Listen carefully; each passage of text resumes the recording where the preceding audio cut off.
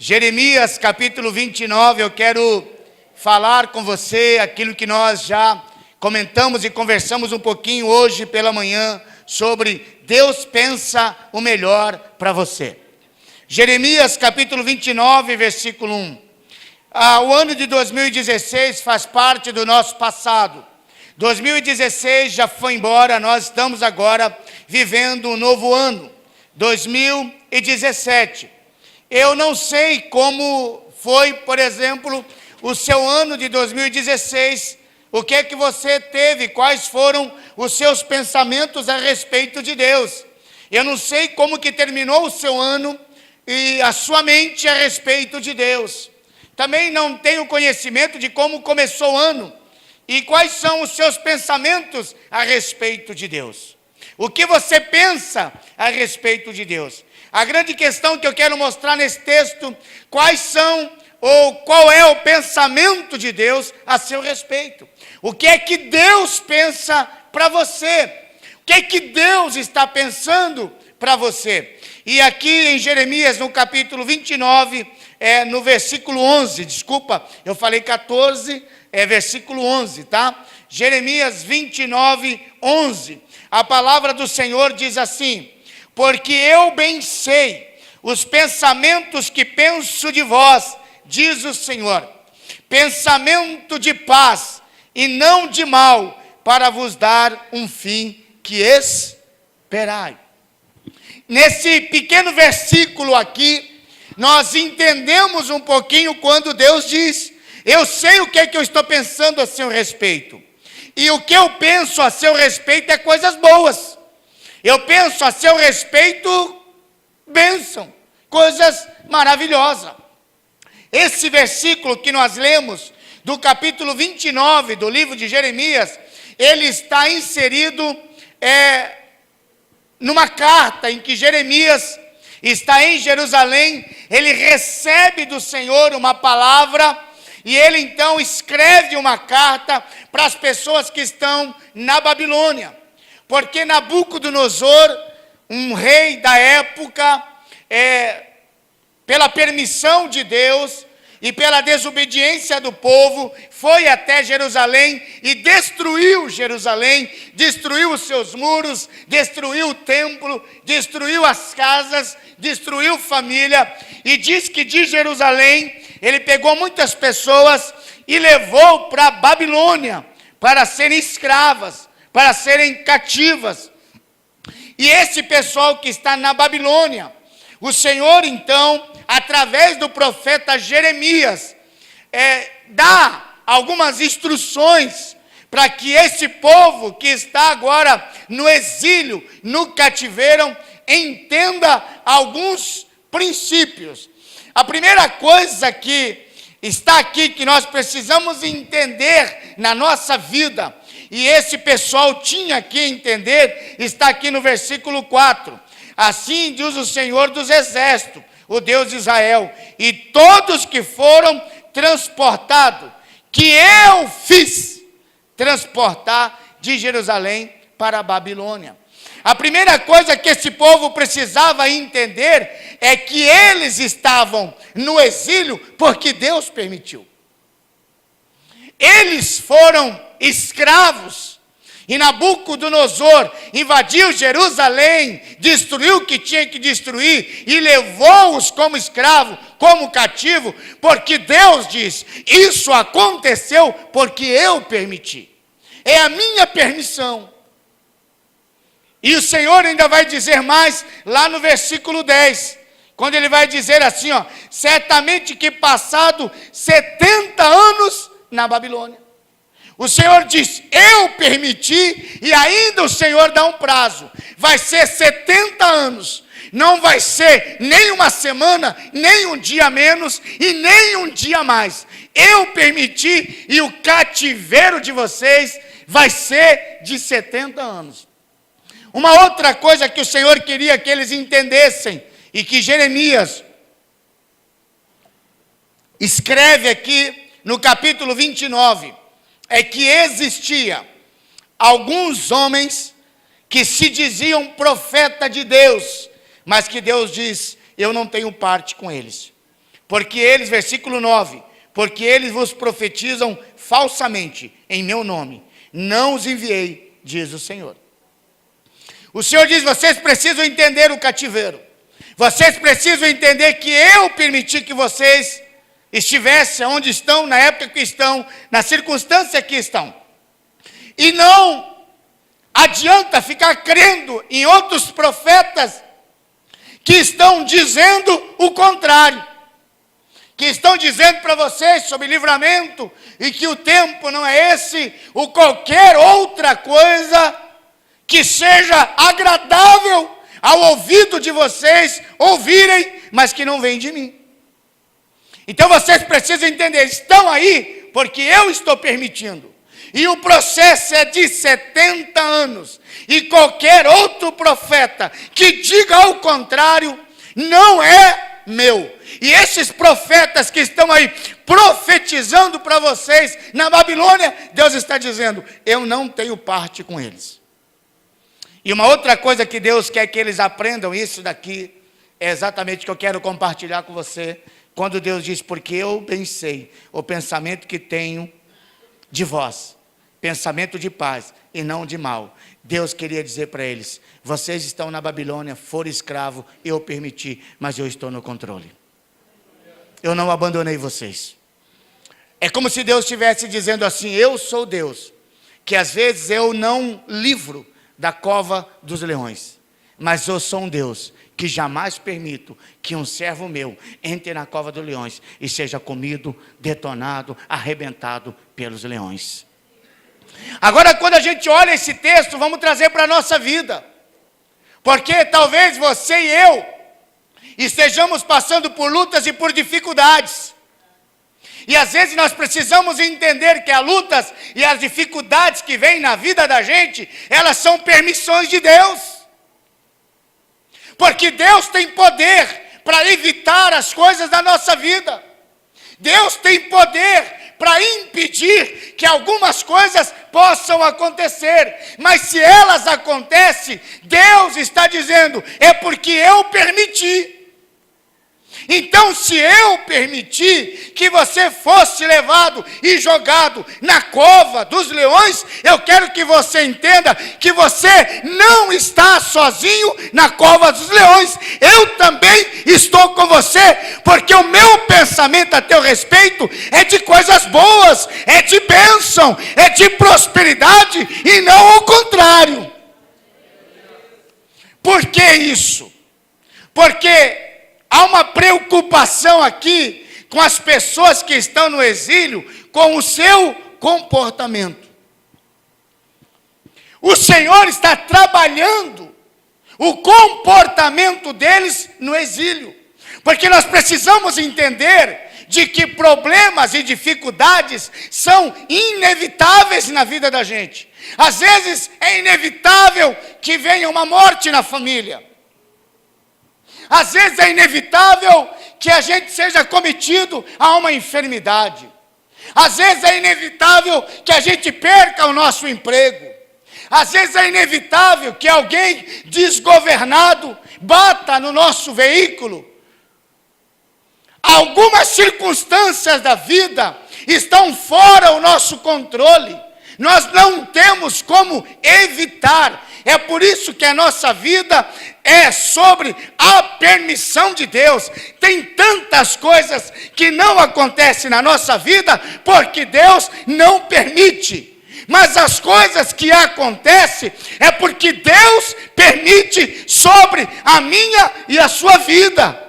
Só que a grande questão não são os problemas e as dificuldades que nós enfrentamos, é o nosso comportamento em meio aos problemas e às dificuldades que nós enfrentamos. A palavra de Deus diz que 2 homens construíram as suas casas. Um construiu na rocha e o outro construiu na areia. Mas veio a tempestade. E o que é que aconteceu? A casa que foi construída na areia foi toda devastada. E a que construiu na rocha ficou firme. Mas a tempestade era uma só para os dois. Não é que para esse a tempestade veio mais forte e para esse a tempestade veio mais fraca. Acontece que a tempestade é a mesma. O que definiu se uma tempestade desvasta, destrói um ao outro, é o comportamento que eu tenho em meio às tempestades que vêm. Um soube solidificar a sua vida, construiu numa rocha. Ele preveu que vinha a tempestade, que poderia acontecer. O outro simplesmente construiu por construir, como se nada na vida viesse, como se nada fosse acontecer. Agora, a tempestade é a mesma, a dificuldade é a mesma, porque o seu problema não é maior do que o meu, e nem o meu problema é maior do que o seu. Problema é problema para quem está enfrentando. A grande diferença entre João e o Pedro é o comportamento que se tem em meio aos problemas. E o comportamento é determinado em quem eu creio. É determinado aonde está solidificado, enraizado, não é, a minha fé. E é por isso que quando Jeremias escreve, dizendo isso ao povo, há uma preocupação no comportamento do povo, em meio ao exílio. E aí Deus quer dizer, olha, eu estou no controle, para dar o fim que desejai. É por isso que Deus diz, pois eu bem sei os pensamentos que tenho a vosso respeito. Isaías 55, versículo 8, Deus diz, os meus pensamentos não são os vossos pensamentos. Eu não sei o que é que você pensa a respeito de Deus. Esse texto está bem definido que Deus pensa a nosso respeito, até porque o pensamento que nós temos a respeito de Deus é relativo. O que eu penso a respeito de Deus é relativo. O que é uma coisa relativa? É tipo assim, se você hoje está sendo abençoado, segundo a sua ótica de bênção, as coisas estão dando certo na tua vida, as portas estão se abrindo, as coisas estão acontecendo. Você pensa a respeito de Deus, que Deus é um Deus poderoso, maravilhoso, Deus bom. Mas aí as coisas não estão dando certo, as portas estão fechadas, é problemas atrás de problema, as circunstâncias, parece que o negócio acontece hoje, aí acontece outro depois, chega uma hora que você não aguenta mais, aí você fala assim, Deus esqueceu de mim, Deus não ouve mais a minha oração, eu peço ao Senhor e nada acontece. Então o que eu penso a respeito de Deus é relativo ao que eu estou passando. Agora, por que é o que eu penso a respeito de Deus é relativo ao que eu estou passando? Porque a minha ótica de bênção, muitas vezes, não bate com a ótica de bênção da parte de Deus. Porque eu entendo aquilo que seja bênção para mim, às vezes, não é bênção para Deus. Eu perder um ente querido, por exemplo, como eu citei hoje pela manhã aqui, imagina você perder um ente querido. Você está ali, você já perdeu alguém, está machucado, agora imagina alguém te abraçar e diz, eu te trago uma palavra de Deus. Que palavra que você quer? Você quer uma palavra de consolo, mas a pessoa fala assim, é de Deus. Foi Deus que permitiu que essa pessoa morresse. Foi Deus. Deus fez isso porque é o melhor para a sua família, é o melhor para esta pessoa no momento. Você vai entender isso? Você vai chorar 2 vezes. Pelo ente querido que está sendo tocado, e porque você não pode cortar a cabeça daquela pessoa naquele instante que você gostaria de cortar, você fica com tanta raiva que você chora ainda mais. Mas pode ser verdade? Pode ser verdade. A gente pode perder um ente querido, e por perder um ente querido pode ser bênção, porque Deus conhece o coração da pessoa, sabe a oração da pessoa, o relacionamento da pessoa, mas só que a nossa ótica de bênção não bate com a ótica de bênção de Deus, porque nós já determinamos que bênção é todas as coisas boas que acontecem com a gente. A que acontece ruim não é de Deus e é do diabo. Esta é a visão que nós temos. Nós temos a visão de que se está dando tudo certo, é de Deus, glória a Deus, aleluia. A porta está se abrindo, é de Deus, glória a Deus, aleluia. Eu troquei o carro, é de Deus, glória a Deus, aleluia. As coisas estão acontecendo lá em casa, como tem que aconteceu, é de Deus, glória a Deus, aleluia. Um filho ficou doente, Deus me livre. Eu não consegui pagar o meu carro e perdeu, Deus. Eu estava atendendo uma pessoa um dia desse, um amigo, conversando, um casal. Ele sofreu um assalto, trabalha de Uber, 2 jovens. Ele conseguiu escapar, deram um tiro, pegou no braço, menos. E ele veio conversar, a gente estava orando com ele, conversando algumas coisas. Ele disse, eu fui conversar com uma pessoa, uma irmã muito querida da igreja. Ela disse assim, isso só aconteceu porque você tem um chamado, e você não está ouvindo o chamado do Senhor. Pastor, isso é verdade? Digo, rapaz, dá a impressão que Deus, Ele está assim, sentado no trono, e não tem mais nada para fazer. Que Ele não tem mais nada para fazer, Ele é Deus, Ele está lá no trono, sentado.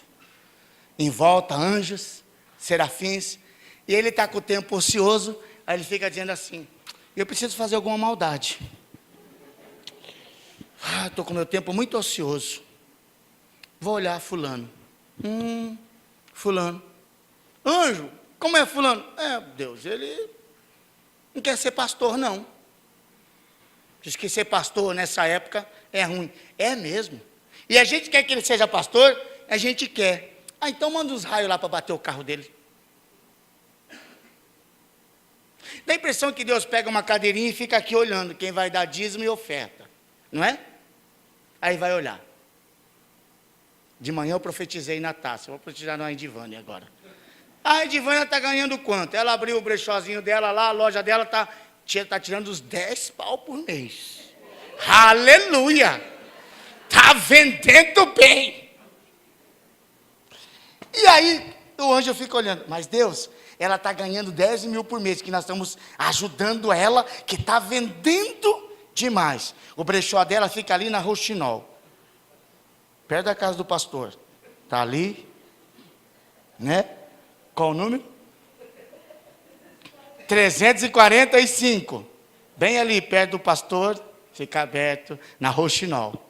345. Fica ali, o brechó. Pensa uma coisa boa. Aí, está lá. 10 mil por mês. Aí veio agora no momento de dízimos e oferta. Ela só deu 100 reais. O anjo fica bravo. Deus é 10%, Deus. Ela tinha que dar 1.000, ela só deu 100. Deus diz, não acredito. Ela fez isso? Fez. Vamos castigar ela. Manda um anjo lá agora, sopra que as roupas dela vai cair, aqueles manequim, tem até manequim de gordo lá, eu passo lá, tem manequim, sopra, aí daqui a pouco vem um vendaval e leva tudo, e molha tudo, e aí, tá vendo por que não deu? Dá a impressão que é assim, esse aí não é o meu Deus, eu não sirvo um Deus desse jeito, eu não sirvo um Deus assim. Mas essa é a mentalidade que nós temos dele, aí determina o pensamento que nós temos dele. É por isso que ele está dizendo, o exílio foi eu que permiti por 70 anos. E eu quero que você entenda que isso vai ser um processo de bênção na vida de vocês. Não vai ser nem um dia mais, nem um dia menos. Vai ser 70 anos que eu vou estar com vocês, vou abençoar vocês. E quando vocês saírem de lá, a minha glória terá sobre a vida de vocês, em nome de Jesus. É isso que Deus quer que nós entendamos. A nossa mentalidade a respeito de bênção não bate com a mentalidade de Deus. E aí nós precisamos entender que às vezes as circunstâncias e as coisas que Deus permite hoje na nossa vida, precisamos entender que muitas vezes é bênção de Deus, nos acordando para alguma coisa, nos incomodando para algumas verdades. E nós entendemos que talvez hoje esteja doendo, preocupado e ansioso, mas Ele diz: eu sei o pensamento que tenho a vosso respeito, pensamento de paz, não de mal, para dar um fim que desejai. Veja que Deus não diz no texto, para dar um fim que eu desejo. Mas Ele fala, para dar um fim que você deseja. Um fim que desejai. Agora, o que é que você pensa a respeito de Deus? O salmista diz: Deus meu, por que me desamparaste? Salmo 22. Clamo de dia, tu não me ouves.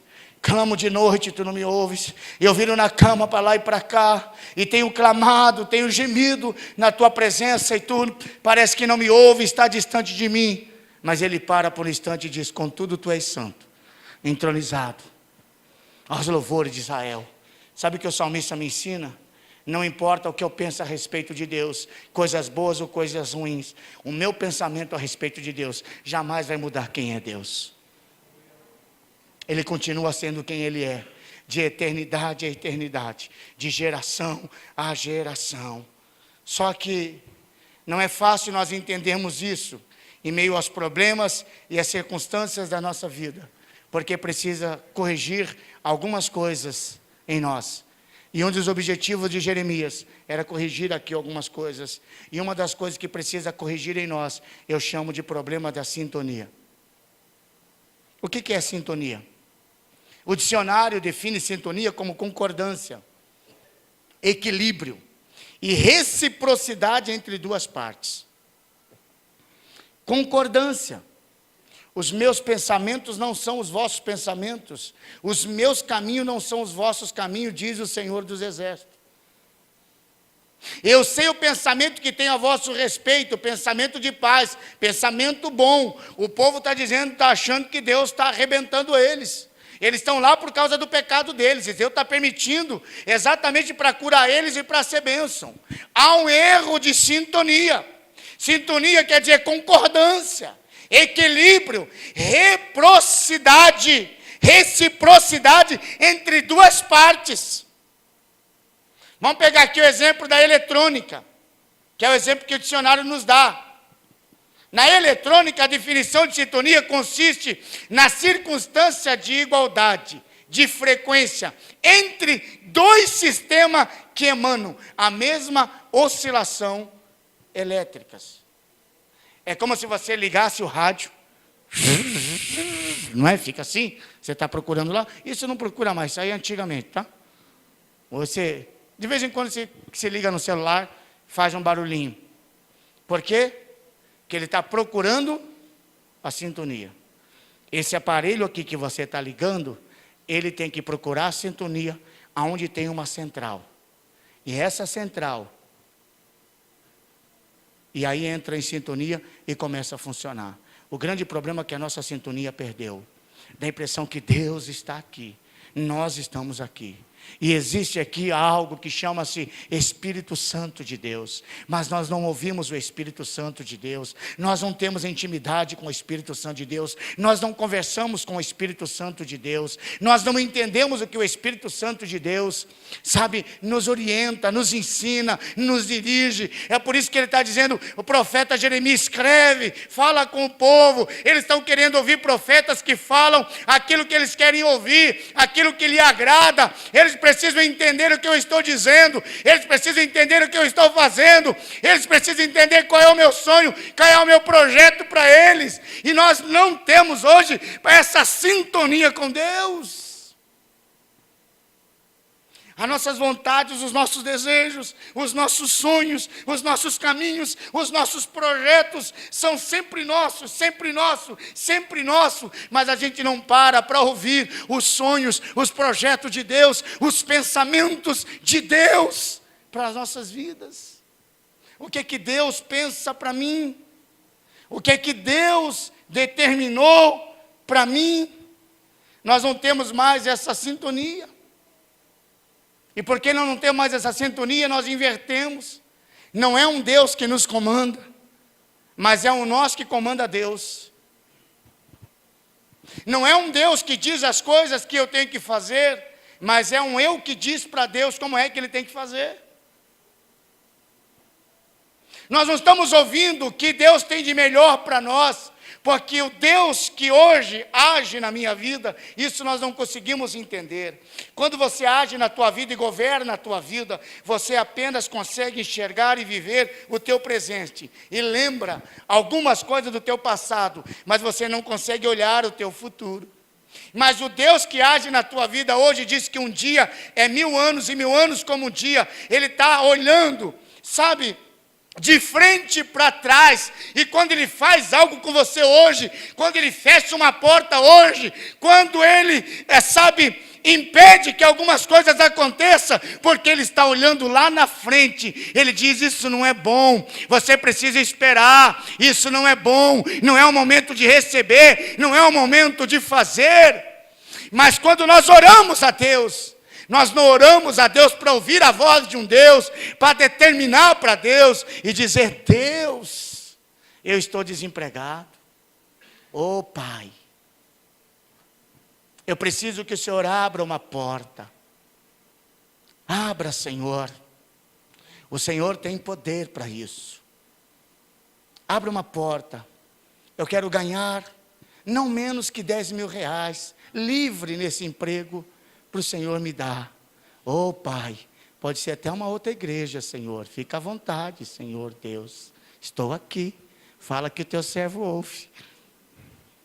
Mas Deus, faça conforme a tua vontade, Pai, não precisa ter pressa, porque eu sei que estou sendo sustentado pelo Senhor. O Senhor tem me guardado, Senhor, eu tenho comido, eu tenho me vestido. Oh Deus, assim ainda eu continuo confiando em Ti. Amém, Deus? Quando o Senhor lembrar de mim, abra essa porta para mim. É assim que a gente ora? Hã? A gente ora assim, rapaz, a gente ora arretado. Deus, estou desempregado, o senhor não está vendo? O senhor não está vendo que a conta de luz já chegou? E daqui a pouco vai cortar? O senhor não disse que ia cuidar da gente? O senhor não disse que cuida da gente igual cuida do passarinho? Inverteu. Não é Ele que dá ordem em nós, não é Ele que comanda nós, mas é nós que comandamos Ele, que damos ordem para Ele. Toda vez que nós oramos é para ontem, é para ontem, é para ontem, e as coisas têm que acontecer. Ah, Deus me livre, tem que ficar 45 anos igual ficou Caleb. Deus me livre 25 anos igual Abraão. Deus me livre 13 anos igual José. Não, eu creio no Deus de Já. Eu creio no Deus que age. Não é assim que nós fazemos hoje. Nós invertemos. Não há mais essa sintonia. Nós não queremos ouvir o que Ele tem para nós. Nós queremos que Ele nos abençoe, que Ele seja o gênio da lâmpada. E a nossa oração é o esfregar. É o esfregar. Aí nós esfregamos lá uma lâmpada. Tem que esfregar. Aí tem que aparecer um anjo. E aí aparece lá um gênio. Aí fala, o que é que você quer? Ganhar na Mega Sena. Na Mega Sena da virada. Ah, Deus. É assim que nós queremos. Aí Deus queria ensinar algo para eles que não é fácil. É ter paciência. Diga assim comigo, paciência. Rapaz, não é fácil. Eu sei o que eu estou dizendo. Sabe, ter paciência não é fácil. Sabe por que não é fácil? E Deus queria que eles entendessem isso. Entendesse que ter paciência não era algo fácil. Joyce Meyer, num livro, e eu aconselho você, se você pode entrar lá na internet, né? Joyce Meyer, e você procura uma mensagem dela que diz assim: eu tenho pressa, Deus não. Eu desliguei tudo aqui, eu estou procurando. Tá bom? Sumiu tudo aqui, as minhas anotações. Mas anota aí para você. Deus tem pressa e eu não. Agora deixa eu achar a minha mensagem de hoje aqui.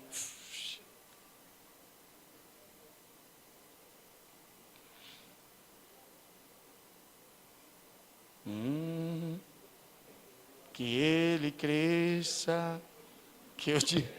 Pega a gravação de manhã, pelo amor de Deus, tá? Esquece essa. Que eu diminua, que ele apareça. Ô, glória, achei. Tecnologia é bom, mas deixa a gente na mão. Paciência, voltando. Paciência. Mas pega lá a mensagem. Joyce Meyer, ela vai dizer, muito interessante. Ela vai dizer assim: passamos maior tempo esperando do que recebendo. Essa é uma verdade. Nós passamos o maior tempo da nossa vida esperando do que recebendo. Até porque a gente recebe algo hoje e começa a esperar alguma coisa para amanhã. Ela vai dizer que é inteligente a gente aprender a esperar. E o salmista, no Salmo 40, versículo 1, ele vai dizer: esperei com paciência no Senhor, e Ele me ouviu e me atendeu. Mas ele diz: esperei com paciência. Porque às vezes nós esperamos, mas esperar com paciência. Por exemplo, eu tenho, pela minha impaciência, não é? Eu tenho tentado curar isso em mim e trabalhar. Eu, por exemplo, amo fazer compra com a minha esposa. Amo. Eu não vejo a hora que ela me chame. Quando ela fala assim: amor, as coisas acabou, a gente precisa fazer compra. Eu digo: oh glória, como eu estava esperando esse momento. Ansioso. Todos os meses. Eu sei que essa frase vai vir: amor, as coisas estão acabando, precisamos fazer compra. Eu digo: aleluia. Glória a Deus. Digo: eis que estou aqui, o teu servo está aqui. Eu sei que nós, como homens, não gostamos muito, mas eu tenho uma regra na minha vida. O que é que eu faço? Seja na compra ou quando eu vou pegar fila, eu levo um bom livro para eu ler. Coloco assim, ó, pego o carrinho, põe o livro.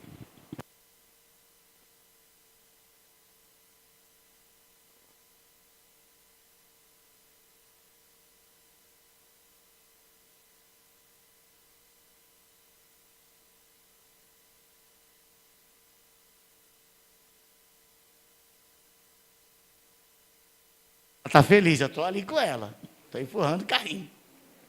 Né? Porque senão a gente fica impaciente, a gente fica assim: você já veio aqui, você já não passou nesse corredor? Vai passar de novo. Vai pegar um negócio que está lá, mas você já não passou lá? Então, irmão, é assim. Porque às vezes a gente espera, porque não tem outra maneira de esperar. Mas o texto diz: tem que esperar com... Então você vai para uma fila, você sabe que vai pagar alguma coisa, vai ter fila, leva um bom livro, fica ali. Porque às vezes, se eu não levo um bom livro, eu fico lá, não é? Aí você está esperando, mas você fica: meu Deus do céu, que caixa mole. Ai meu Deus, só tem 2, podia ter 4. Eu não acredito, esse banco ganha tanto e não investe. Ai meu Deus do céu, não é assim? A gente espera porque não tem opções. Mas a gente faz isso com Deus também. O salmista diz: esperei com... E esperar com paciência é você crer em quem você está esperando. É saber que ainda que os teus olhos não estejam vendo. Isaías 64 diz: desde a antiguidade eu nunca vi, nunca ouvi um Deus que trabalha por aqueles que nele esperam. A sua ansiedade atrasa muito mais a sua bênção, porque Deus trabalha por aqueles que nele esperam, e espero com... Mas a gente fica esperando a nossa bênção assim: A gente não espera dizendo, Deus, eu sei o que o Senhor está fazendo. A gente fica esperando a nossa mente assim, oh Deus, tem que ser logo. Oh Deus, ouve meu clamor. Oh papai, abre a porta logo. Oh Senhor, me traz logo um homem, Senhor. Eu preciso casar. Oh papai, já está com 39, Deus, esse ano eu já vou fazer 40. Oh Senhor, por favor.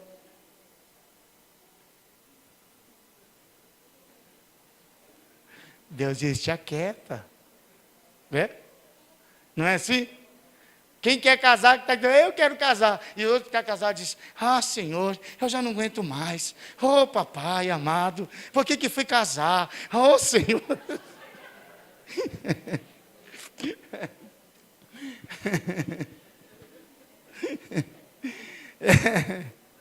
É filosofia com zaguinha. Quem está fora quer entrar. E quem está dentro quer sair. Quem não experimentou, quer experimentar, quem já experimentou, se pudesse pular fora, se Deus falasse assim, ano sabático, está livre, quem não quiser continuar, vou dizer uma coisa, seria um rebuliço, de descasamento. Você estava na fila, Osmar? Você gostou, você disse amém, aí a mulher te olhando, não posso fazer isso não, porque eu vou sair de férias, vai que daí, não, pelo amor de Deus, casais, apague isso daí, não brigue, eu não vou estar aqui nas férias, e não vou atender ninguém, a hora que acabar o culto aqui, eu chego em casa, desligo o meu celular, se bater no portão, não quero nem saber, eu olho pelo buraquinho, Daniel grita, não tem ninguém, então é brincadeira, eu brinquei, não fez nada não. Aqui o tempo já fechou, Deus. Esperar com paciência. Infelizmente nós fazemos assim com Deus. Esperar é um fato da vida.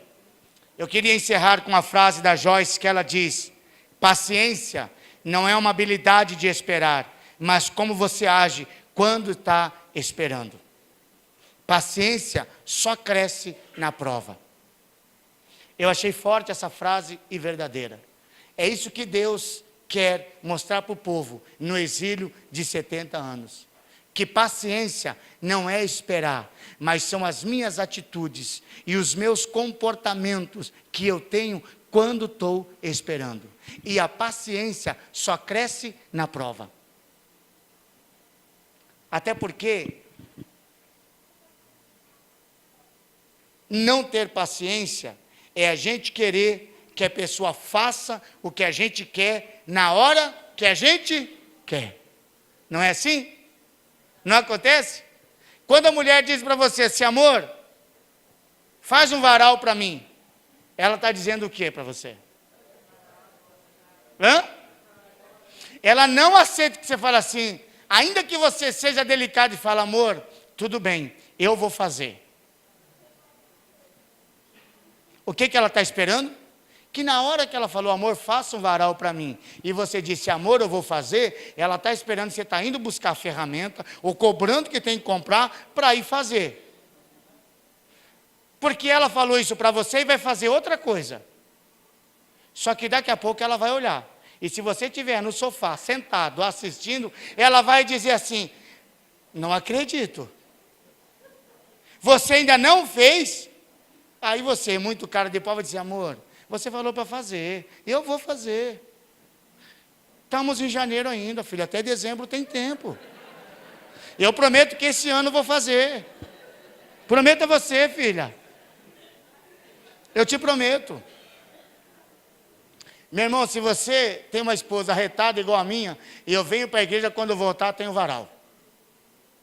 Torto, mas tem. E ainda, se ela não tiver com curativo, que acertou o martelo na cabeça do dedo, e ainda culpa você. Ainda te culpa. Porque quando elas falam, faz, meu amigo, no contrato ela está dizendo, agora! É assim. Tem um amigo meu, altão, branquelo, não é daqui não, amigo, não mora aqui, mora. Aí esses dias a gente estava num lugar aí, que eu não posso dizer qual é o lugar. Ele não é bananão, não. Estava conversando comigo. Aí ele olhou para a esposa dele, disse: amor, vamos embora. Ela disse: vem aqui agora.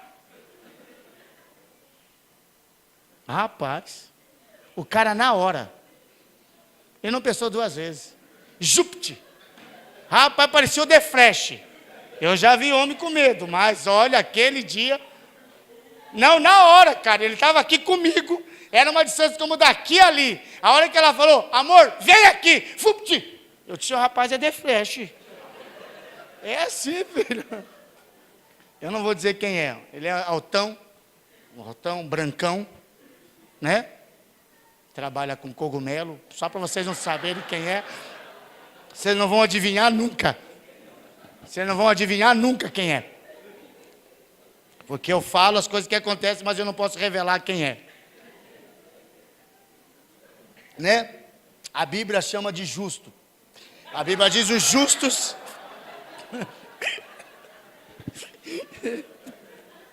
A Bíblia diz: os justos...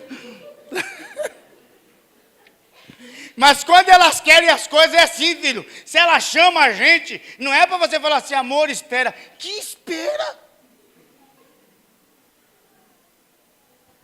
Então, esperar com paciência. E às vezes a gente faz assim com Deus. A gente vai orar e Deus diz: meu filho, espera. Você vai dizer: o que, Deus? Esperar. Espera, filho. 2017, ainda não vou abrir essa porta para você. O quê? Esperei com paciência no Senhor. É por isso que Jeremias vai dizer: porque eu sei o pensamento que tenho a vosso respeito, diz o Senhor, pensamento de paz e não de mal, para vos dar um fim que esperai. Ainda que a gente não entenda, ainda que você não aceite, ainda que você esteja num processo de reclamação, os pensamentos de Deus são os melhores para você. Ele sabe o que está fazendo. Vale a pena confiar e vale a pena permanecer firme nessa fé que um dia você recebeu sobre a sua vida, em nome do Senhor Jesus. Amém? Glória a Deus. Profetize isso sobre a sua vida. Aplauda o Senhor, glorifique a Ele, adore a Ele.